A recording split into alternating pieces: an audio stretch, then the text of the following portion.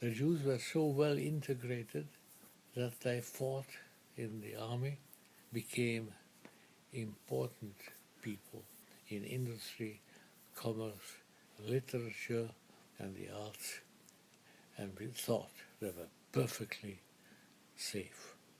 I mean, there's nothing that can happen to him. He's a decorated war hero, and if anything happens, all I have to do is to call up a guy who was his commanding officer in the regiment and who was then Minister of War. And my uncle, who was a lawyer, had a classmate who was then Minister of Justice. My other uncle, who was a physician, had a classmate, ex-classmate, who was Minister of Health. So we had all the connections. He led a charge against the overwhelming Russian forces, and that meant a bayonet charge. And he said he never forgot when he bayoneted a guy in front of him, a Russian, and the guy fell and yelled, Shema Yisrael.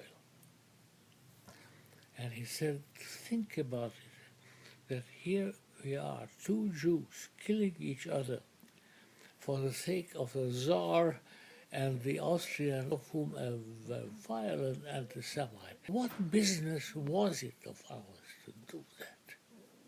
So he couldn't face the idea of leading a charge and killing a fellow Jew for what? I was like 13 or 14 when I was first beaten up on the street for being a Jew. So I went home and reported to my father, and the guy said, we can't have that. So him being an officer and a gentleman, actually he was a CPA, but in his youth he was an officer and a gentleman. And I said, well, and I was sent to learn fencing by an Olympic champion, and I was quite good at it. Except, what in hell do you do with being a fencing champion on the street as you are coming home from school? So I decided with a friend of mine we ought to learn boxing. So we went to learn boxing, and we beat each other up to a pulp twice a week. After about 6 months, I felt strong enough to challenge the class bully. The way you challenge the class bully, walked by my desk and knocked my books over, which he did because he was set back twice and was there for 2 years older than I was.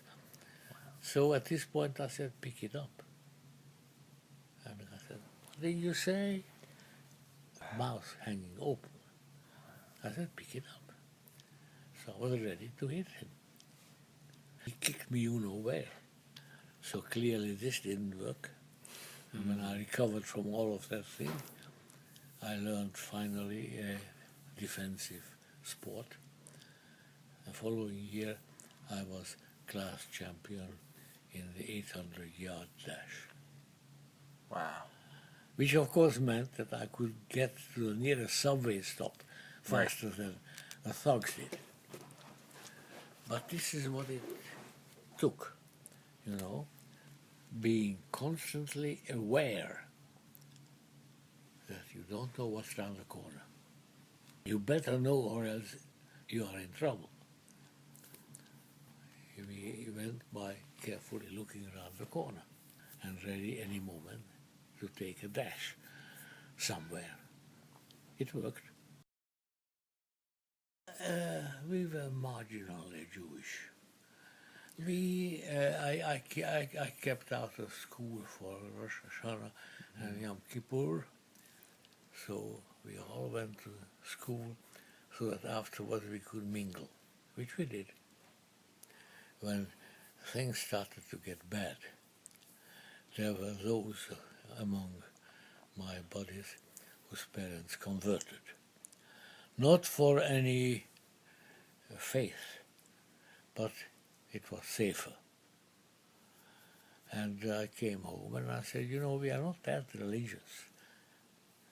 Did it ever occur to you to convert? I asked my father, and he looked at me very severely, and he said that you don't run under fire.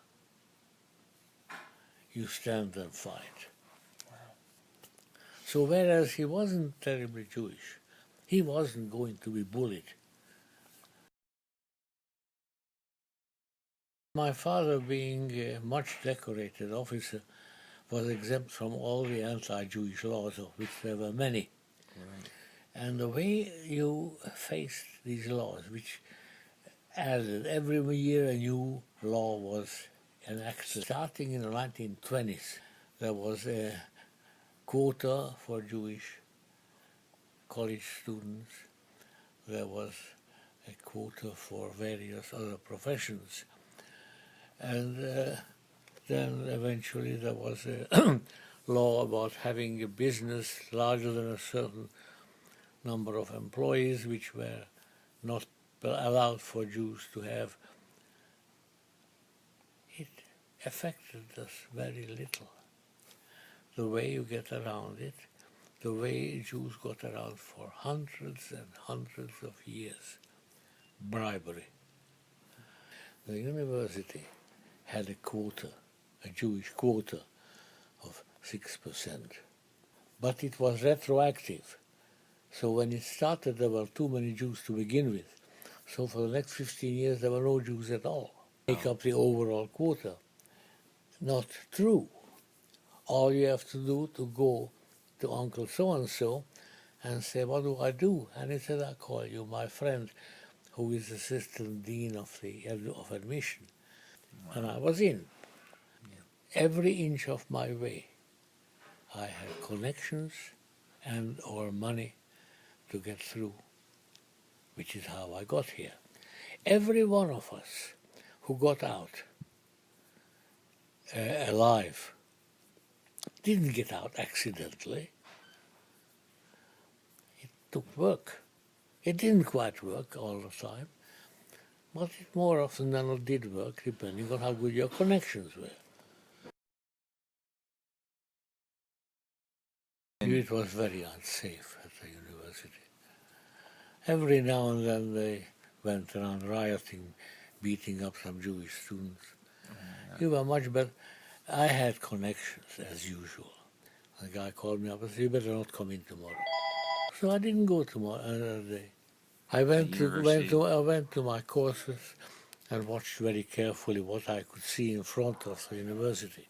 Yeah. If there was a crowd milling around, I turned around and went right home. And called up somebody whom I knew and said, what happened? Well, they had elections of the so-and-so society, Phi Beta Kappa society, no, Phi Beta Kappa, some obscure society whose president wanted to show where his heart was by going and beating up some Jews. I think it's going to be there tomorrow. Stay at home tomorrow. Wow. Yes, sir. I'll give you my notes. You can copy my notes. And were you able to finish the year in those courses? No. It's March. March. And what they did, they gave us a piece of paper that we completed, which we did not. But that piece of paper enabled me, after the war, to enter a Swiss university. You got it if you knew your professor. And they knew what we were in for, and most of them were quite decent guys and gave me a piece of paper. Well, we didn't know when. Yeah. But yes, it couldn't. I mean, look at the map. That's why I printed out the map. Nazis were in Poland, Nazis were in Yugoslavia, Nazis were in Austria. What prevented them from getting into Hungary? I'll tell you what prevented them. There was a government who felt that it was better to get payment from the Jews and keep the Germans as far as possible out, which is what I did. Somewhere along the line, the Germans felt that this wasn't the right way of handling the Jewish question, and I sent in somebody with a couple of regiments to show the Hungarians how to do that. But it was, look at the map, there was no way we could avoid it. And so was there an abrupt change of life for you when that occurred, when they invaded? Yes, of course. Up till then, you could bribe your way out of it. You could have connections who told you where not to come to school. And now, all of a sudden, this was replaced by stone-faced SS officers, to whom all Hungarians were considered suspect, but the Jews especially. You see, at that point, we all agreed that this, I guess, is the end. To do with the Jews. The problem with the Jews, I mean young Jews, was that you couldn't give them a rifle because they were obviously not reliable enough. On the other hand, you couldn't leave them at home when all good Hungarian peasant boys were out there being shot. So they collected them and sent them to what was called labor camps.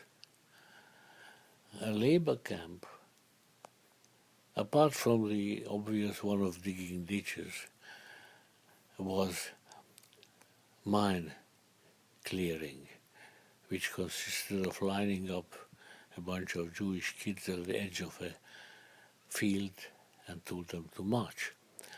And wherever there was a mine, it blew up. But you could now send the regular troops through it because now you know where the mine was not anymore. 80% of the young Jewish boys got killed in the process. I didn't go there. I wasn't able. I wasn't going to be blown up for the sake of Nazis. That's when I went hiding, yes. I could still stay there because nobody searched homes. It was too much of a job. I didn't have enough manpower, thank God, to search every Jewish home to find what you can find. They caught people on the streets.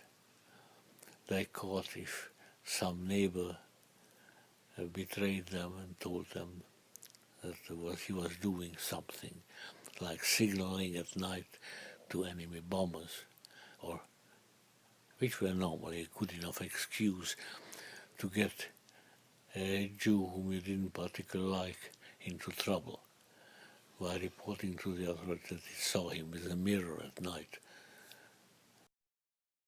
He says that, well, one way of facing what's happening is to sit here and wait. And the other one is to go into this shady deal. There's no guarantee either way. After the war, half of my family was wiped out by going in one of these shady deals when they brought a God driver to take them to somewhere down to Romania. And the guy pocketed the money and took them straight to Gestapo headquarters, where they were promptly shipped off to Auschwitz. So that's what happens sometimes. And sometimes it works, and sometimes it doesn't work.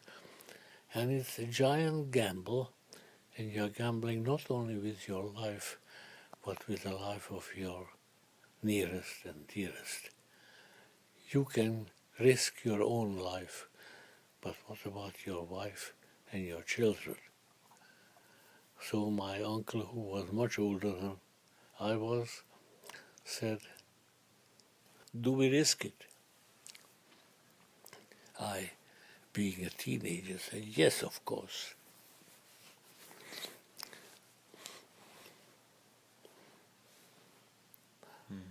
I knew then, and I know now, of how risky that thing was.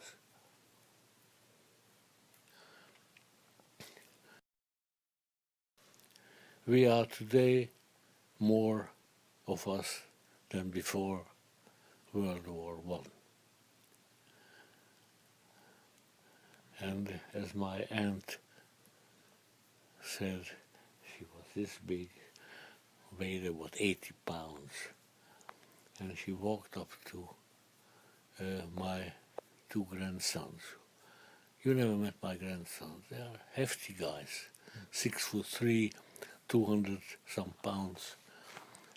And she met them when they were still young grade school kids, but already showing the size. And she got hold. She had to put both her hands around the humorous, and he says, "Good solid stuff. Hitler failed, we succeeded."